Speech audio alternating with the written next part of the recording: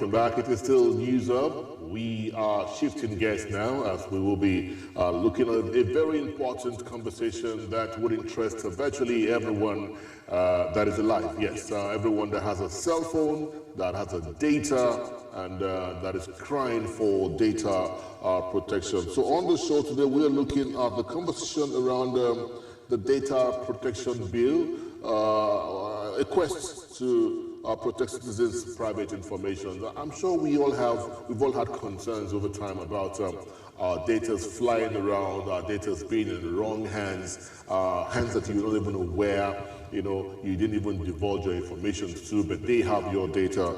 And so these are part of the things that this bill seeks to address going forward. We'll be speaking with Dr. Vincent Olatunji, who is the National Commissioner and CEO, Nigeria Data Protection Bureau. He's joining us via Zoom this morning. So good to have you on the program. Good morning, Doctor.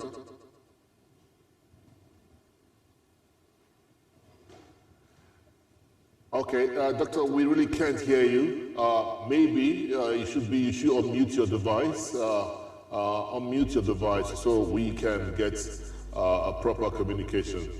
Good morning. Can you hear me now? Fantastic, Doctor. Good morning. So good to have you on the program. Yes. Yes, the data protection. Yeah. The data protection bill is one conversation that we must have, especially at this point in time. The Federal Executive Council approved the Nigerian Data Protection Bill 2022 and transmitted it to the National Assembly for consideration. Exactly where are we at this point in time as to, a conversation around the bill? Thank you very much. I think I should first give a background, because the issue of, as already mentioned, the issue of protecting the privacy, the rights and freedom of citizens across the globe, and more importantly, in our own case, Nigerians, is very important and is of utmost importance to the federal government of Nigeria. And that's why, as far back as 2013, we had the Nigerian Data Protection Regulation issued under NITDA as a subsidiary legislation. But it's really important for an institution like this to have a principal law, and it was also part of the mandate of the Nigeria Data Protection Bureau when it was established for us to mainstream the passage of a principal law for data protection in Nigeria. We went through a lot of processes, and we worked with a lot of organizations within Nigeria and outside the country, and in particular, the World Bank, the French Development Agency, and the European Development Bank, working with the through the Nigeria D4D office, that we have some consultants that work with us, one foreign consultant and the national consultant in Nigeria, a reputable law firm in Nigeria here. We after the draft, we subjected it to a lot of stakeholder review. In fact, we had 13 different engagements with different stakeholders in the private sector, in the public sector, and in the international community. And on the 14th of November last year, we had a national validation workshop where we had people from different sectors at the National Assembly, and from the executive arm of government, and the judiciary and the legislative, all of us coming together to review the draft that we had. And as already mentioned, the draft was forwarded to Federal Executive Council, and on the 25th of January this year, it was approved by FEC as a policy, and graciously, Mr. President forwarded it to National Assembly for passage, both at the House of Reps and the Senate. Now, we are happy to report that the bill has gone through the first and second reading and has been referred to the Committee of the Whole. What they are trying to do now is to look at it clause by clause to ensure that what we have there is one, addresses the issue of data privacy and protection in Nigeria to guarantee trust and confidence in whatever we are doing in the area of data governance in Nigeria. Also, to ensure that it meets with international standards. Well, it's not just a law that you put in place and you believe you can have it and implement it on your own. It has to be compared to the best in the whole world. And in terms of international best practice, it has to be subject to that. So the committee of the whole, they are reviewing it now, and our target is to get it passed as soon as they return for Mr. President access, so it becomes a principal law for data privacy and protection in Nigeria. And if I may just run through the specific sections, the specific parts of the law, it has 12 major parts that will speak to various issues on data privacy and protection in Nigeria. One is the objectives and applications of this law. Two is the establishment of the Nigeria Data Protection Commission. That gives a legal backing to the bureau, which is now transition to the commission. Part three is the appointment of the National Commissioner. And part three is the appointment. Part two is the establishment of the National Data Protection Commission and its Governing Council. Part three is the appointment of the National Commissioner and other staff of the bureau. Part four is financial provisions. How do you fund the work of the bureau? One good thing about this bureau is that it is going to be self-funding, that eventually you don't need government money to run the bureau. You'll be aware that a lot of issues are coming up with funding different organizations, but this is one unique organization that will even create jobs, create wealth, and even give money to government by the time we fully commence our services. Part five is the principles and lawful basis for the processing of personal data. Then part 6 is the right of data subjects. Part 7 is data security. Part 8 is cross-border transfer of data, which is really important. We keep talking about cross-border transfer of data, issue of adequacy. If you are moving data of Nigeria from one place to the other, what kind of adequacy level do you have with such countries, which is really, really important. Part 9 is registration and fees. And part 10 is enforcement. Part 11 is legal proceedings, in case there are legal issues that are coming up, how do you address it, what are the issues?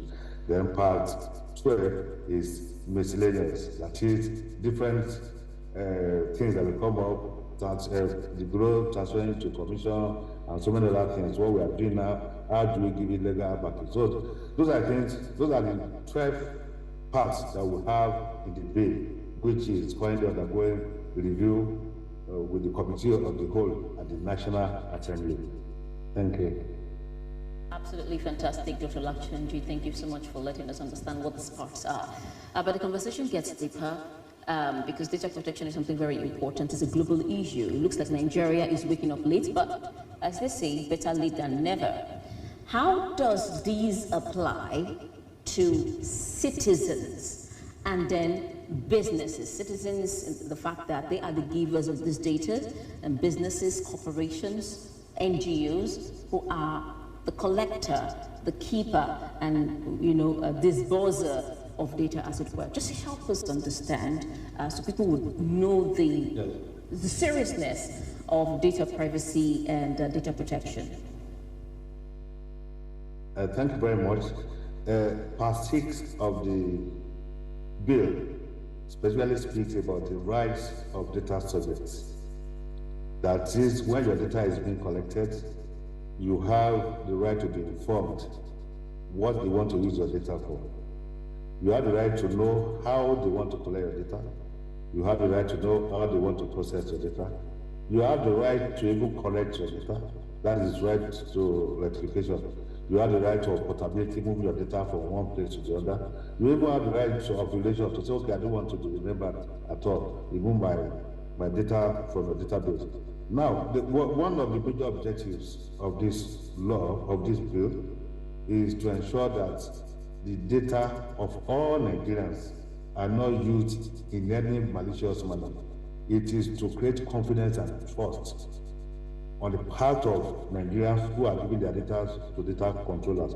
So that is part of the thing that we have in the law, is to ensure that whoever is collecting your data owe you that duty of care to ensure that your data is adequately protected with them and is safeguarded, and the way and manner they want to process your data must be within the provisions of the law. In addition to that, for businesses, it's also to ensure global competitiveness of our businesses. Now, a lot of countries, they are not willing to do business with you if you don't have your data protection law and your data protection supervisory authority in place. It is a standard across the globe now because the whole world is going digital. We are moving our daily lives, what we do on a daily basis, the way we work, the way we interact, the way we socialize, the way we do our businesses, even sports, everything, medicals, almost everything we are moving online. So to ensure that all these things are clearly stated and protected in a law, and you have a data protection authority to ensure that the law is enforced, is implemented. So a lot of countries, they want to look at it. If you don't have this law, they categorize you as a blacklist country. That means you don't have the adequacy principle. That is, adequacy principle is the measures you have put in place to ensure that the data subject that you are collecting is secured with you. Now, if you have a law and your supervisory authority in place, they count you as among the whitelist countries. That means you have your law, you have the data supervisory authority, you have adequacy principle that can guarantee that yes, any data they share with you, any data they transfer to your country is safe and secured. And we are happy that with the little efforts that the Bureau has made within the last 1 year, we have gained a lot of international recognitions. That now we are now a member of the Commonwealth thread of nations with data protection laws. That is all Commonwealth nations that have the data protection laws. Nigeria is now a member. In Africa, out of 54 African countries, 36 countries have passed their data protection laws because it wasn't part of the outcome of Malabo Convention of 2014 on cyber security and data protection.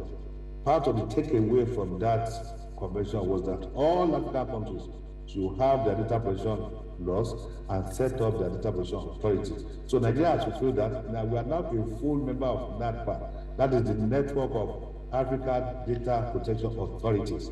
Nigeria has a seat there now, and we are working with them. In fact, we are even looking at having a regional approach to data protection in Africa. That is at the level of NADPA now. That is, if multinationals are coming to Africa, we are talking of about 1.3 million people. What kind of adequacy level are you bringing? How do you want to respect the rights and privileges, even as freedoms of Africans, where you want to come and do business? Because globally, all businesses are looking at Africa now. What can they do, especially the emerging digital economy that is growing at a very fast rate in Africa? And one thing that is really important there is issue of identity. So they are looking towards Africa. And when you say Africa, we have over 218 million Nigerians, which is almost 1/5 of the population of Africa. So they are looking at us, and that's why we need to put this law in place to ensure that to guarantee global competitiveness when it comes to businesses.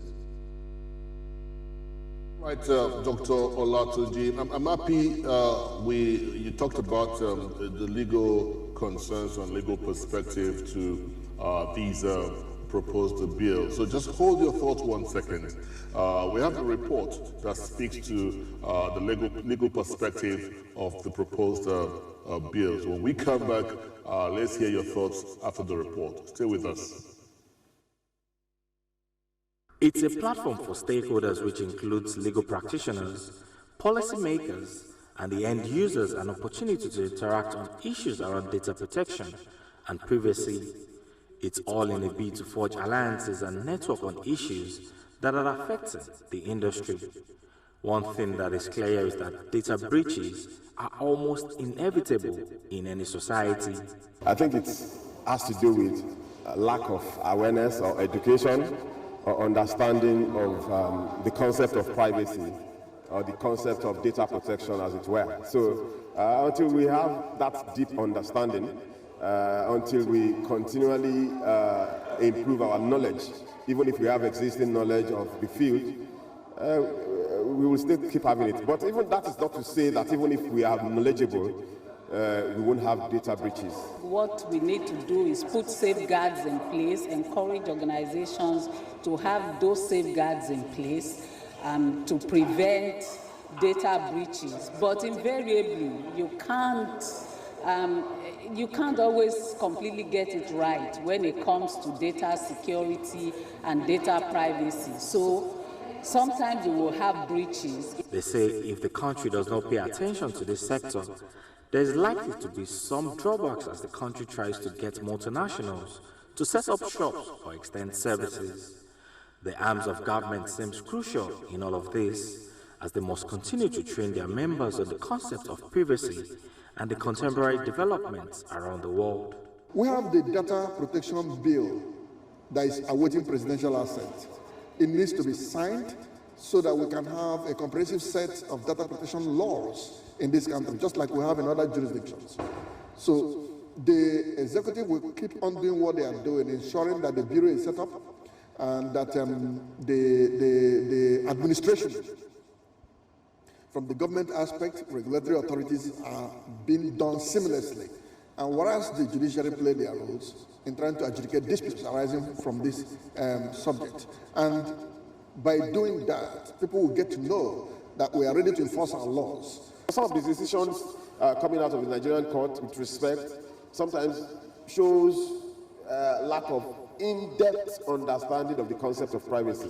So, first of all, understanding. Then secondly, the judiciary needs to continue to train itself or its members on the concept of privacy and the contemporary standard, the contemporary development around the world on privacy and data protection. It is expected that the various stakeholders here will take affirmative actions to ensure that they do the right things by playing their roles, so that there will be a set of laws and regulations that will be operational.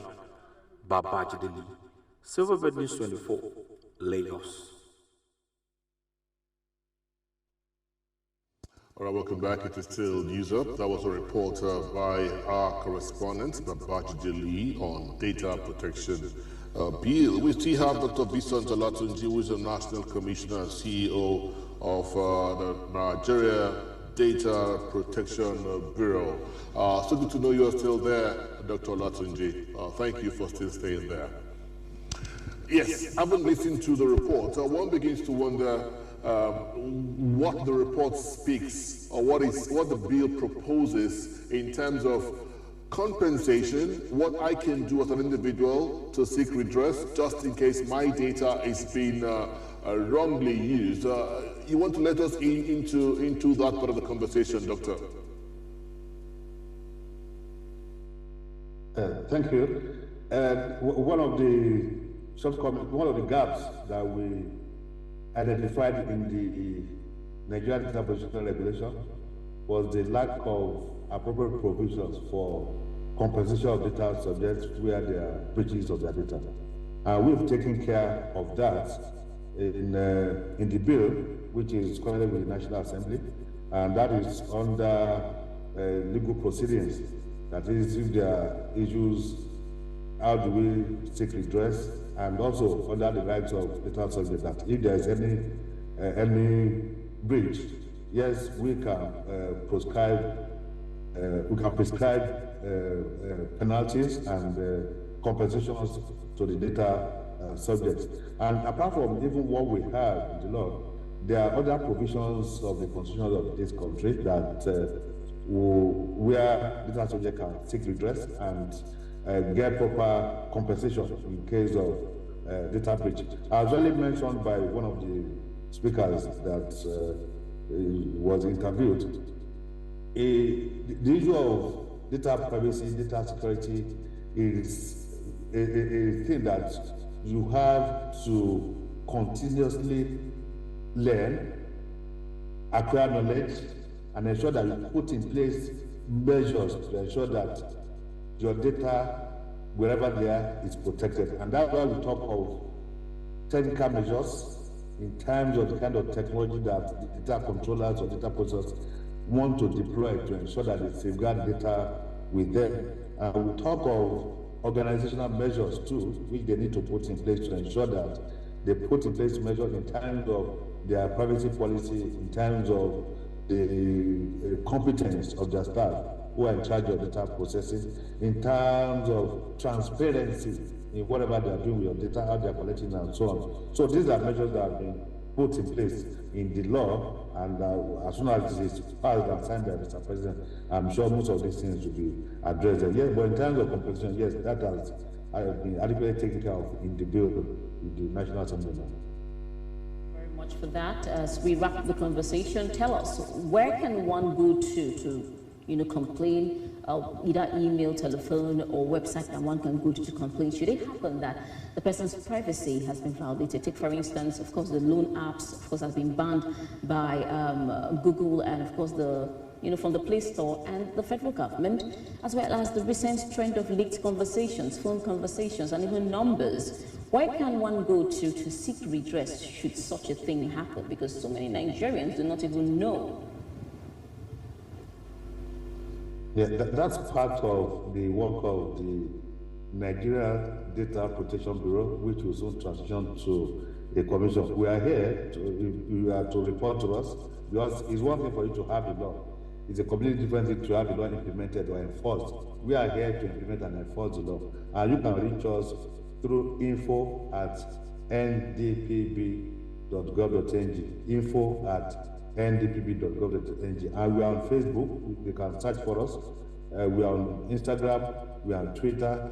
Nigeria Data Protection Bureau. If you search for us, you can reach us through that. You can even follow us for information, because there are a lot of potential, a lot of benefits to Nigerians, even becoming a data protection officer, where if you are a data protection, there are jobs waiting, because all companies in Nigeria, all data processors and controllers in Nigeria are supposed to have their resident data protection officers. And when we look at data protection in Nigeria, we have over 500,000. And Nigeria, as of today, we don't have up to 10,000 certified DPOs. So this is a completely new sector that will open up jobs for people in Nigeria. So you can follow us on social media handles to get information about all this and report data breaches to us.